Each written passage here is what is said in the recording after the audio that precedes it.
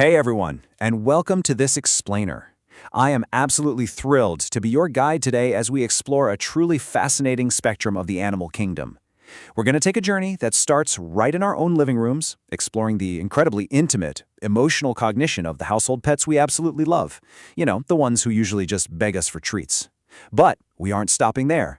We're going to follow the canine mind right out the front door, looking at the incredible and, honestly, sometimes harsh, macroecology of free-roaming street dogs. By the time we wrap up, I promise you'll see the dogs sharing our world in a completely new light. Okay, let's dive into this. It's a question literally every single dog lover has probably asked themselves at some point, maybe when leaving for a long trip or moving away from a childhood pet. Will they remember me? Do the dogs we love truly retain a memory of us after a really long separation? Well, to answer this, we have to completely change how we think about memory. We have to step away from our human, visually driven world and enter the entirely different sensory world of the canine. All right, to really understand how a dog remembers you, you've got to wrap your head around this number.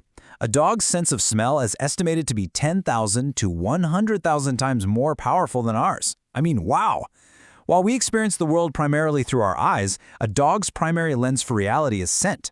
They possess up to 100 million scent receptors, and get this, some tracking breeds boast up to 300 million. So when they are remembering you, they're first and foremost pulling up a deeply ingrained, highly complex olfactory footprint of exactly who you are. Now, what's really interesting about this slide is how we break down this whole multi-sensory memory hierarchy. Scent is absolutely at the top, but it's intimately tied to emotional impressions. When you make a dog feel safe and loved, their brain releases oxytocin, the feel-good hormone, which essentially hardwires your scent and your voice directly into their brain. In voice recognition, it's massive. They pick up your pitch, your rhythm, and your emotional tone. What's actually at the very bottom of this hierarchy is visual recognition. Because dogs have limited color vision, where reds and greens kind of just appear muddy to them, how you look is far, far less important than how you sound, how you smell, and most importantly, how you make them feel. Which actually brings us to this really beautiful thought from certified dog behavior consultant Alexandra Bissett. She notes, the bonds of love stand the test of time, just like with people. Because canine memory is episodic and so incredibly deeply rooted in emotion, a dog will form lifelong memories of you if your interactions are tied to safety, calm, and positive energy. An emotionally meaningful bond is, quite literally, unforgettable to them. Let's move to Section 1, the Street Dog Survival Guide, and see how this builds as we look at urban canine adaptation. When we pivot from the cozy safety of the living room couch to the harsh realities of the urban pavement, the story changes drastically. Consider this stark, frankly sobering statistic from researcher Andrei Pyarkov, who studied the street dogs of Moscow. He estimated that fewer than 3% of abandoned house pets actually live long enough to breed on the streets. Less than 3%. It highlights a massive difference between the dogs in our homes and the dogs on the street. Most street dogs aren't just lost pets. They are born homeless. They're part of populations that have undergone intense, high-stakes evolutionary pressures just to survive. Over years of observation, Poyarkov noticed some absolutely incredible evolutionary shifts. Think of the typical traits of our house pets. Spotted coats, wagging tails, that inherent friendliness that really distinguishes them from wolves. Well, in stark contrast, Moscow's street dog populations are actually losing these specific wolf-differentiating features. Their high-level intelligence and their behavior are rapidly adapting away from human-centric companionship and moving toward pure, gritty urban survival. Moving on to Section 2, Public Health and Ecosystems. Let's explore the ecological scale. To really grasp the massive ecological scale of street dogs, we have to zoom out and look at India. Between 2021 and 2023, the population of free-roaming dogs there, often referred to as desi dogs or pariah dogs, was estimated to be between 60 to 65 million. I just want to let that number really sink in for a second. 60 to 65 million. This isn't just a handful of strays we're talking about. This is an entire, massive subpopulation integrated directly into the very fabric of urban and rural Indian environments. But, behind that staggering 65 million statistic are individual, highly adaptable animals that essentially become the face of India's urban ecosystem. These Daisy dogs utilize incredibly complex cognitive problem-solving to navigate chaotic traffic, find food, and form intricate pack dynamics. They are a deeply embedded component of India's free-roaming wildlife, and they heavily influence the social dynamics of the human communities they live right alongside. So, the crucial point is that these millions of dogs play what researchers call a bifunctional ecological role. It's a double-edged sword. On one hand, they act as incredibly helpful scavengers, providing vital assistance in communities that might have disorganized urban waste management. But on the flip side, they present serious ecological risks.